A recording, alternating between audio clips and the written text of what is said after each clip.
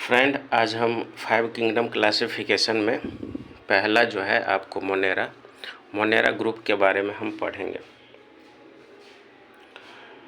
जैसा कि हमने आपको बताया था कि 5 किंगडम क्लासिफिकेशन में पहला है मोनेरा, और मोनेरा में क्या क्या सब आता है वो आज हम देखेंगे। हमने आपको बताया था कि मोनेरा में बैक्टीरिया आता है, और आज हम वो देखेंगे। तो मोनेरा जो है आपको प्रोकैरियोटिक है। प्रोकैरियोटिक का मतलब ये होता है जो यूनिसेलुलर होते हैं, उसमें और अन्य कोशिका अंग शामिल नहीं होता है। और जो प्रोकैरियोटिक होते हैं उसका आकार छोटा होता है, वेल डेवलप नहीं होता है। प्रोकैरियोटिक का मतलब यही होता है, और प्रोकैरियोटिक में आता है वो आपको बैक्टीरिया। तो सारे के सारे मोनेरा एक जीवाणु से आएगा। सारे के सारे जो मोनेरा है एक जीवाणु में आएगा, बैक्टीरिया में आएगा। अब आपको पता है कि बैक्टीरिया जो होता है वो प्रोकैरियोटिक होता है। प्रोकैरियोटिक का मतलब यही होता है कि उसमें एक ही कोश का अंग पाया जाता है और अन्य कोश का अंग जो है अनुपस्थित होता है। प्रोकैरियोटिक का मतलब ये होता है कि इसका आकार छोटा होता है। जैसे बैक्टीरिया आप देखेंगे तो बैक्टीरिया में एक ही कोश का अंग होते हैं, ठीक है। अन्य कोश का अंग इनमें उपस्थित नहीं होता है। हमारे धरती पे भी पहले जो है आपको बैक्टीरिया ही आया था। तो यही है कि बैक्टीरिया क्या है, आपको प्रोकैरियोटिक है। बैक्टीरिया में सबसे पहले हम देखेंगे आपको साइनोबैक्टीरिया। साइनोबैक्टीरिया क्या है, एक मोनेरा ग्रुप में आते हैं। और साइनोबैक्टीरिया का मतलब होता है आपको ब्लू ग्रीन एल्गी। साइनोबैक्टीरिया बोलिए या ब्लू ग्रीन एल्गी बोलिए, बात वही हुआ। और साइनोबैक्टीरिया का दूसरा नाम है वो है आपको एनाबेना, और दूसरा है आपको नोएस्टॉक, ठीक। मोनेरा में आपको क्या क्या सब आया, साइनोबैक्टीरिया आया जिसको हम ब्लू ग्रीन एल्गी बोलते हैं, जिसको हम क्या बोलते हैं, ब्लू ग्रीन एल्गी। और साइनोबैक्टीरिया का ही दूसरा नाम होता है आपको एनाबेना और नोएस्टॉक, ठीक। अगला हम देखते हैं कि साइनोबैक्टीरिया में माइक्रोप्लाज्मा भी आता है। साइनोबैक्टीरिया में आपको माइकोप्लाज्मा भी आता है। तो मोनेरा में आपको पता है कि मोनेरा में क्या क्या सब आता है। मोनेरा में कौन सब आता है ये हम देखेंगे। तो साइनोबैक्टीरिया, साइनोबैक्टीरिया कहने का मतलब हुआ ब्लू ग्रीन एल्गी, और साइनोबैक्टीरिया का ही दूसरा नाम होता है आपको एनाबेना। यहाँ पे लिखा हुआ है एनाबेना। तीसरा है आपको नोएस्टॉक, और फिर है माइकोप्लाज्मा। तो ये सब के सब सभी जो है उपयुक्त में से इसमें सभी होगा, ये आपको मोनेरा में आता है, ठीक। तो हमने आपको एग्जाम्पल के साथ बताया है कि मोनेरा में पहली चीज़ तो ये आपको बैक्टीरिया आता है। बैक्टीरिया क्या होता है, तो बैक्टीरिया आपको यूनिसेलुलर होते हैं, प्रोकैरियोटिक होता है। प्रोकैरियोटिक क्या होता है हमने आपको वो भी बताया। और इसमें साइनोबैक्टीरिया जो आप देख सकते हैं, हमने आपको अच्छे से एग्जाम्पल बताया है। एक नोट करके हमने आपको बताया है कि बैक्टीरिया में सेल वॉल अर्थात कोशिका भित्ति पाया जाता है, लेकिन एक एक्सेप्शन के तौर पर होता है माइकोप्लाज्मा। माइकोप्लाज्मा में सेल वॉल या जिसको कोशिका भित्ति बोलते हैं वो नहीं पाया जाता है, और यह क्या है, अपवाद स्वरूप है। बैक्टीरिया में भी आपको सेल वॉल पाया जाता है, लेकिन आपको क्वेश्चन पूछ दिया जाएगा कि किस बैक्टीरिया में सेल वॉल नहीं पाया जाता है, तो ये है आपको माइकोप्लाज्मा, और ये एक्सेप्शन के तौर पे होता है। बाद में कि आपको नोएस्टॉक हो गया, एनाबेना हो गया, या फिर साइनोबैक्टीरिया हो गया, इसमें आपको सेल वॉल पाया जाता है, ठीक। तो आपने इसको देख लिया। आगे हम देखते हैं, आगे हम देखते हैं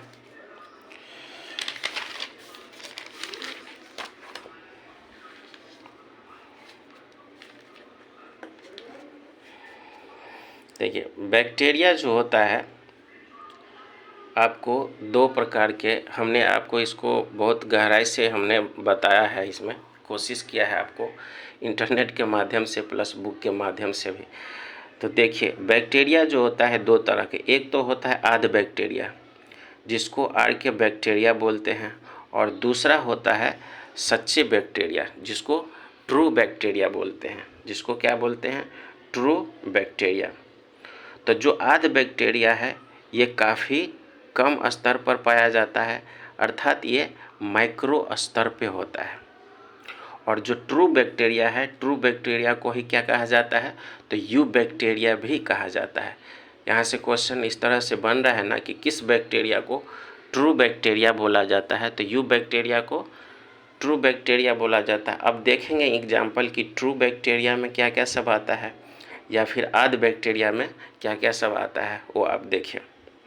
आध बैक्टीरिया को हमने बताया कि इसे प्राइमिटिव बैक्टीरिया या जिसको आदिम बोलते हैं, आदिम बैक्टीरिया कहा जाता है। मतलब आपने पढ़ा होगा कि आदि मानव, उसी तरह से बैक्टीरिया में भी है जो बहुत पहले आया है, उसी को आदिम बोला जाता है। ठीक, तो आदिम बैक्टीरिया में आएगा आपको एग्जाम्पल, आप देखिए हेलोफाइल।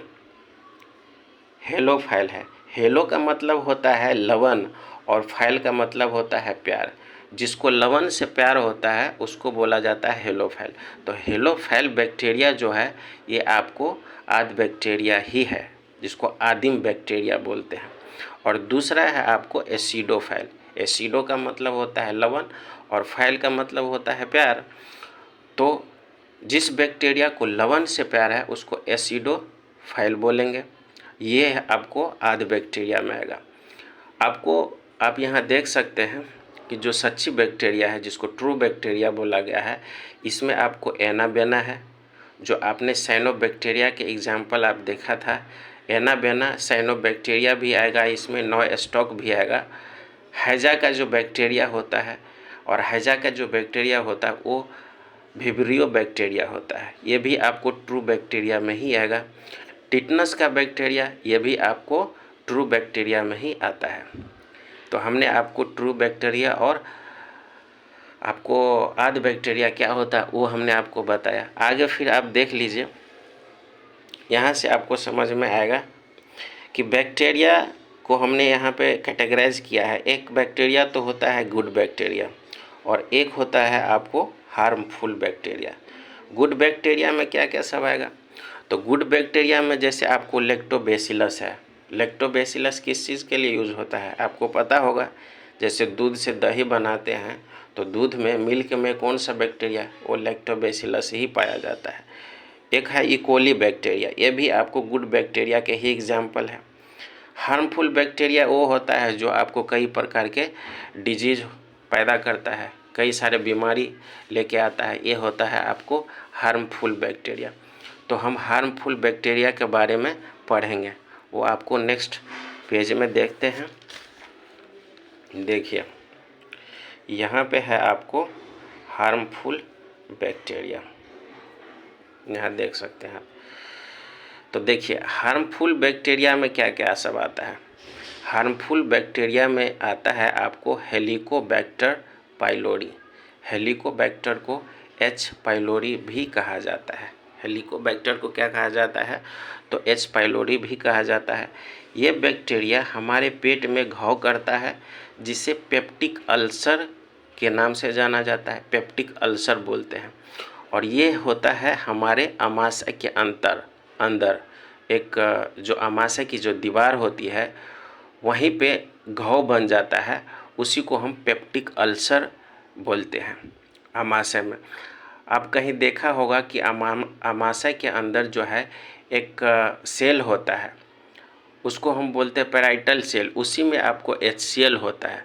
और HCl आपको पता है कि ये एसिडिक नेचर के होते हैं। तो एसिडिटी जब बढ़ता है तो वही हमारे पेट में क्या करता है? दर्द पैदा करता है, हमारे पेट में घाव होता है। तो यही हो आपको पेप्टिक अल्सर। पेप्टिक अल्सर पेट का घाव कैसे हो जाता है? तो ये कारण है आपको HCl की अधिकता से पेट में घाव का हो जाना मतलब घाव कर सकता है। जब HCl की अधिकता हो जाती है तो पेट में क्या कर सकता है, घाव कर सकता है, और यही होता है आपको पेप्टिक अल्सर।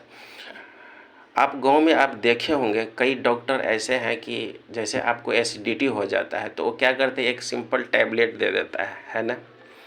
तत्काल तो क्या होता है कि वो आपको एसिडिटी ख़त्म हो जाता है, लेकिन फिर आपको वो दोबारा उत्पन्न होता है।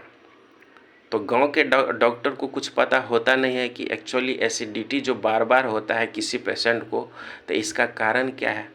तो इसका सबसे अच्छा तरीका होता है कि आप अच्छे डॉक्टर के पास जाए, अच्छे डॉक्टर से सलाह लें। तो अच्छे डॉक्टर क्या होता है, वो जड़ से देखता है कि बार बार एसिडिटी बनने का कारण क्या है। तो वही वो चेक करते हैं कि अमाशय के अंदर क्या घाव तो नहीं बन गया है, वही चेक करते हैं। और डॉक्टर क्या करते हैं, जो MBBS डॉक्टर होते हैं, वो फिर आपको जड़ से ठीक करने का कोशिश करते हैं। तो वो क्या देखते हैं कि HCl का अधिकता तो नहीं हो गया है जिसके वजह से पेट में घाव हो जाता है, और फिर वहाँ से वो इलाज करते हैं। दूसरा ये भी है H. पाइलोरी बैक्टीरिया, जो हम आपको एक अलग से आपको बता रहे हैं। H. पाइलोरी जिसको हेलिकोबैक्टर पाइलोरी भी कहा जाता है। एक्चुअली देखिए, यहाँ देखिए, पेप्टिक अल्सर पेट का घाव HCl के अलावा और किन बैक्टीरिया से हो सकता है। तो हमने आपको बताया है कि H. पाइलोरी बैक्टीरिया से होता है। यहाँ पे नोट पे हमने बता रखा है कि यदि H. पाइलोरी बैक्टीरिया को समय पर ठीक नहीं किया जाए तो यह पेट का क्या करता है, कैंसर भी कर सकता है। ठीक है, तो आज हम इतना ही लेके आए थे जो आपको हमने पिछले क्लास में बताया था 5 किंगडम क्लासिफिकेशन। उसमें हमने पहला जो मोनेरा ग्रुप है उसको हमने अच्छे से एक्सप्लेन किया, और जितना हो सका हमने आपको एक डीप से बताने की कोशिश किया। आप इसको बार बार देखेंगे, आपको याद हो जाएगा इसमें कौन कौन से बैक्टीरिया आते हैं। ठीक है, हमने आपको बैक्टीरिया का कैटेगरीज भी बताया कि किस बैक्टीरिया के कारण क्या क्या समस्या होती है। तो आप इस वीडियो को देखेंगे और अच्छे से नोट्स बनाएंगे और इनको समझेंगे। तो तब तक के लिए इतना ही, और नेक्स्ट वीडियो लेके हम आएंगे जो कि आपका टॉपिक होगा प्रोटिस्टा का। वो नेक्स्ट वीडियो में आपको हम अच्छे से उसका भी एक्सप्लेन करके बताएंगे विथ एग्जाम्पल के साथ। तो तब तक के लिए इतना ही। Thank you so much.